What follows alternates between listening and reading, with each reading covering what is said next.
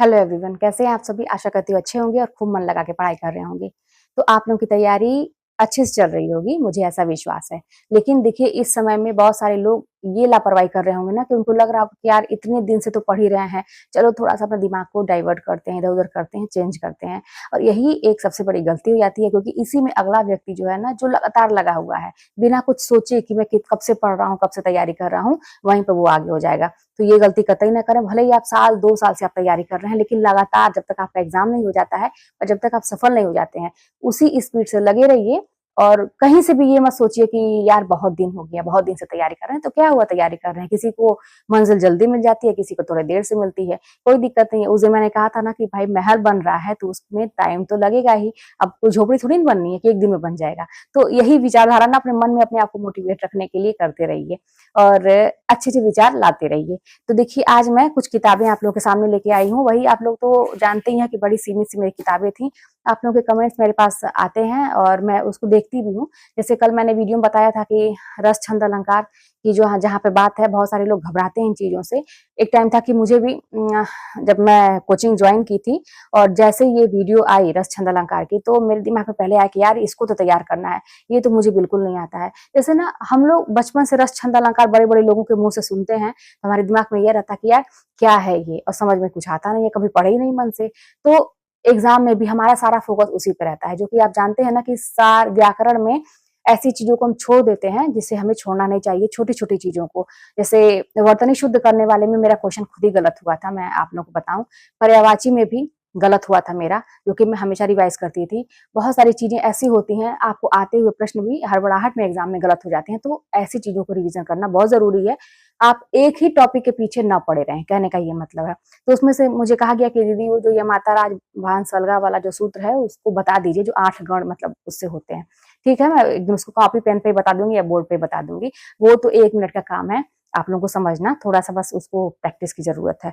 और हाँ, एग्जाम में ये भी बता दूं कि ऐसे प्रश्न आएंगे जो टफ होंगे, जो जिसमें दिमाग उलझाने वाले होंगे। बिल्कुल भी इस भ्रम में मत रहिएगा कि ऐसे प्रश्न आएंगे सीधे साधे से जिसको देखते ही मुझे उत्तर आ जाएगा, या रिपीटेड क्वेश्चन जो पहले से आते आ रहे हैं वही आएगा। बिल्कुल भी ये मत सोचिएगा। हाँ, प्रश्न के टाइप देखिए कैसे हैं, क्या है, लेकिन आप जो है हमेशा ये सोच के चलिएगा कि ऐसे प्रश्न मेरे आंख के सामने आएंगे जिसको मैंने पढ़ा नहीं है और मुझे अपने दिमाग से सॉल्व करना है। जैसे मैथ के क्वेश्चन होते हैं ना कि उसमें सारी चीज चेंज होती है, ऐसा नहीं है कि रिपीट है, आदमी अपना दिमाग लगाता है। तो अब सारे विषय में भी करने की जरूरत है, हिंदी में भी वही करने की जरूरत है। आप अपनी तैयारी एकदम बढ़िया रखिए। अब पेपर अगर आसान आ गया तो कोई बात ही नहीं है, लेकिन अगर टफ भी आएगा ना तो आप हड़बड़ाएंगे नहीं, क्योंकि सारी चीज ना आपका पढ़ा हुआ पहले का मैटर तो छोड़ दीजिए, एग्जाम हॉल में क्या आप करते हैं वही आपको रिजल्ट दिलाती है। मेरे साथ की थी मैम, उनका नहीं निकला, जो कि उनके मुझे लगता था कि उनसे ज्यादा रचनाएं उनको याद थी, कहीं से कोई पूछता था तो वो बता देती थी। लेकिन एग्जाम हॉल में क्वेश्चन देखते ही जो हड़बड़ाहट होती है उसको वो कंट्रोल नहीं कर पाए और सब चौपट करके चली आई। मात्र 60-65 नंबर ही उनका सही था। और फिर उसके बाद देखिए ना, उसकी चिंता उन्होंने पीजीटी भी भरा था हिंदी से, मैंने तो नहीं भरा था। तो उसकी चिंता में उन्होंने मतलब अब उसी की चिंता, कुछ दिन के बाद एग्जाम था ना, 1 हफ्ते के बाद, शायद 3-4 दिन के बाद या 1 हफ्ते के बाद। अब उसकी चिंता में पीजीटी का पेपर भी उनका गड़बड़ा गया। एक मैम थी, उनका पीजीटी निकल गया क्योंकि उनका टीजीटी नहीं निकला, लेकिन उन्होंने पीजीटी फोकस किया कि हाँ, अब पीजीटी का पेपर लेवल का था, क्योंकि इसमें इंटरव्यू था तो वो जैसे पहले आते थे क्वेश्चन वैसे ही क्वेश्चन थे।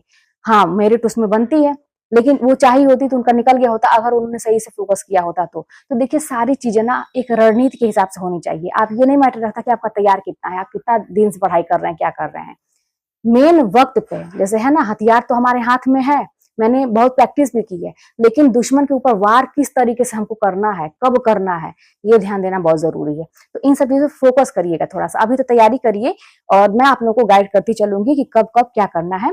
और मेरा एग्जाम निकलने का समझिए कि बस ये था ना कि उस टाइम में थोड़ा सा मैं अपने आप को संभाल ली एग्जाम हॉल में। पैर के नीचे से जमीन तो मेरी भी खिसक गई थी क्वेश्चन देख के, लेकिन फिर भी मैंने संभाल लिया और मैं धीरे धीरे की अपने दिमाग से, तो मैं कर ले गई। तो देखिए, मेरे पास आपको कुछ इंपॉर्टेंट चीजें बताऊं। सरस्वती पांडे की किताब और ये व्याकरण की किताब वासुदेव नंदन की जी है, डॉक्टर वासुदेव नंदन की। ये 2 किताब जो थी मेन थी। जैसे व्याकरण के लिए मैं इसको एकदम अच्छे से तैयार की थी, इसको, और साहित्य के लिए इसको अच्छे से तैयार की थी। अब इसमें जैसे भाषा विज्ञान, जैसे मुझसे कहा गया था कि यदि भाषा विज्ञान इसको समझ में नहीं आता है। जब पहले मैंने इसका पेज खोला था सरस्वती पांडे किताब का, तो मुझे कुछ समझ में नहीं आ रहा था, क्योंकि भाई लैंग्वेज वन लाइनर है ना। अब जिसको कुछ कहानी भूमिका नहीं पता रहेगा हिंदी साहित्य इतिहास के लिए का, तो उसको चीजें समझ में नहीं आएंगी। तो उसके लिए भाई आप अगर कहीं कोचिंग ज्वाइन किए होंगे तो आप वहां से मतलब आपको एक कहानी तो पता चल रही होगी कैसे क्या हुआ था, तो एक बेस बनाना जरूरी है। इसके लिए मैंने ये लिया था रामचंद्र शुक्ल की किताब, जो है हिंदी साहित्य का इतिहास।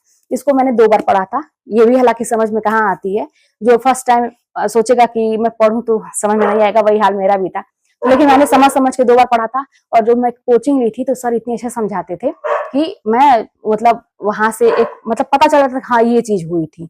मुझसे पूछा जाता है अभी भी, जो नए व्यूअर्स मुझसे जुड़ते हैं, कि दीदी आप कहीं कोचिंग भी ली थी? बिल्कुल लिया था, मैंने ऑनलाइन कोचिंग लिया था, अतुल अकेडमी का कोचिंग लिया था। सर जो है सुनील बिजला सर जी हैं, उनसे मैंने पढ़ा था। और देखिए किसी भी गुरु की बात यहाँ पे नहीं होती है, सभी लोग अच्छा पढ़ाते हैं।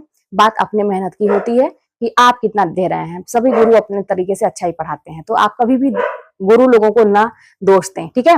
तो ये तो हो गई, ये मेरा कहा जाए ना कि ये मेरा है जीवन, ठीक है, ये मेरा जीवन है, ये मेरा पेपर है, ठीक है, टीजीटी का। यही मुझे मतलब कहिए तो जिंदगी दिला दिया। अब इसमें जो है इतने सारे क्वेश्चन थे। अब मैं देखती हूँ तो जैसे ना क्या है कि अब देखेंगे तो आपको लगेगा कि यहाँ सारी चीजें आ रही हैं, लेकिन एग्जाम हॉल में आप हड़बड़ा जाते हैं। तो सरस्वती पांडे की किताब में पूरी किताब का मैंने ट्रिक के माध्यम से, पूरी किताब का मैंने ट्रिक के माध्यम से मतलब इसको एकदम अपने दिमाग में बैठा लिया था पूरी किताब को, ठीक है, अंत तक। अब देखिए अंत तक, जैसे मतलब मेरे कोर्स में जितनी चीजें हैं, अब वैसे तो इसमें सारी चीजें इसमें दिया ही है कि ऐसी कोई चीजें नहीं है जिसको आप छोड़ेंगे। तो मैंने ये नहीं देखा क्या इंपॉर्टेंट क्या नहीं इंपॉर्टेंट है, तो सारी चीजें जो है अब शुरू से ही मैं पढ़ती थी ये सारी चीजें ना, भारोपीय परिवार, भारतीय आर्य भाषाएं, सारी चीज मैं शुरू की यहाँ से। और इन चीजों पे जैसे इसमें कोई ट्रिक वगैरह नहीं बनती है, जो भाषा विज्ञान का शुरुआत वाला है, तो इसको जो है मैं कई बार रिवीजन की थी, दिमाग में मेन मेन पॉइंट को मैं बैठाती थी। जैसे आयोग वगैरह है ना, उससे क्वेश्चन बनते हैं और भी बहुत सारी चीजें। और इसमें जैसे देखिए सारे पे आप देखेंगे ना कि निशान लगा हुआ आपको मिलेगा। देखिए मैं यहाँ पे मतलब पता नहीं आप लोग को दिख रहा है कि नहीं, देखिए पेंसिल से, है ना, पेंसिल से सारे पे मतलब पूरी किताब पे आपको निशान लगा हुआ मिलेगा। मैं पेंसिल लेके बैठती थी और पूरे किताब पे मैं इस तरह से देखिए अंडरलाइन कर करके मैं पढ़ती थी पूरी किताब पे। आप कहीं भी बीच से भी अगर आप खोलेंगे तो अब मैं आपको दिखाऊं कि देखिए निशान लगा के किताब खोल के, मतलब इससे अपने भी होता था कि मैं पढ़ रही हूँ। यहाँ भी देखिए तो पूरी किताब का ट्रिक कैसे बनाई थी मैं, थोड़े से जो लोग नए जुड़ रहे हैं मुझसे तो वो लोग देखेंगे कि मैं किस तरह से कहानी अपने हिसाब से मैं बनाती थी, अपने हिसाब से, मतलब कि मुझे याद करने से मतलब है, चाहे इसके लिए मुझे कुछ भी करना रहे। कितना देखिए ये किताब में कितनी ज्यादा मतलब अंडरलाइन आप देख सकते हैं। तो इस तरह से मैं कर करके मतलब पूरी किताब का। फिर आप यहाँ पे एक चीज और देखेंगे, लिखा है, दिख रहा है कि नहीं, कि फीस जमा करना है। यहाँ साइड में लिखा है फीस जमा करना है। अब देखिए मैं, आप सोच लीजिए कि मैं कितनी बड़ी भुलक करती। ये मैं पढ़ रही थी ना, तो अपने बेटे की मुझे फीस जमा करनी थी, ऑनलाइन ही मैं करती थी। तो जैसे दिमाग से मेरे निकल जा रहा था। अब आप लोग कहते दीदी मैं बहुत बड़े भुलक करूं, तो अब मुझसे ज्यादा भुलक कर क्या होंगे कि मैं इतनी चीजें मतलब दिमाग में कैसे बैठा देती। मैंने यहीं पे लिख लिया था, क्योंकि मुझे ये पेज, अच्छा देखिए आज भी ये पेज देखिए फोल्ड है, आज भी ऐसे मैं फोल्ड कर करके रखती थी दूसरे दिन के लिए। जैसे आज ही प्लान करती थी कल क्या पढ़ना है, तो मैं ये फोल्ड करके रखी हूँ कि फीस जमा करना है। कल जब मैं इसको ओपन करूंगी तो पहले ही मुझे दिख जाएगा कि हाँ फीस जमा करना है, तो मैं अपने बेटे का फीस जमा कर लूंगी। तो इस तरह से भाई आज भी मैं बोर्ड पे लिख देती हूँ कोई काम की करना क्या है। तो आप लोग भी बिल्कुल निश्चिंत रहें कि अगर आप लोग को बहुत ज्यादा चीजें भूलती हैं, आप लोग परेशान हैं, तो मेरा कैसे निकलेगा, बिल्कुल निकलेगा। जब मेरा निकल सकता है तो आप लोगों का भी निकल जाएगा। बस यही है ना कि दिमाग में बैठाने का प्रयास करिए, लिख लिख के चीजों को रखिए, याद करिए। भाई मेरे अंदर ये चीज, बहुत लोगों का दिमाग शार्प होता है, मेरा ऐसा नहीं है, तो ठीक है कोई बात नहीं है, सभी लोग एक तरह के नहीं होते, अलग अलग होते हैं। तो इस तरह से पढ़ाई करिए। बहुत ज्यादा सीमित किताबें थी मेरे पास, ठीक है। एक घटना चक्र था क्वेश्चन के रिविजन के लिए, शिल्पी वाला था, और एक मैंने तो ऐसे ही लिया था, किसी अरविंद प्रकाशन का था ये क्वेश्चन पेपर वाला, तो वो तो सारा शिल्पी वाला ही उठा के उस पर दे दिया था, तो उसको मैं समझिए कि ही नहीं, एक दो बस क्वेश्चन पेपर हल की थी। और उसके बाद वही सारा है जो टेलीग्राम पे टॉपिक वाइज टेस्ट होता था। सबसे बेस्ट मुझे वही लगता था कि रोज आपका एक टॉपिक तैयार होता था, उससे आप पेपर दीजिए, ठीक है। सरस्वती पांडे से वो लोग क्वेश्चन देते भी थे। और सर का मैंने 200 का लिया था, 200 क्वेश्चन पेपर का जो सेट था उसको मैं हल करती थी। बस यही सारी चीजें हैं। आप जितना आपके पास है उसको अच्छे से ऐसा करिए कि आपसे कोई कहीं से पूछे आप कर लें, बस बिल्कुल चिंता करने की जरूरत नहीं है, आप अपनी मेहनत करिए। तो फिर चलिए मिलते हैं नेक्स्ट वीडियो में, और कोई भी बात होगी तो कमेंट के माध्यम से बताइएगा।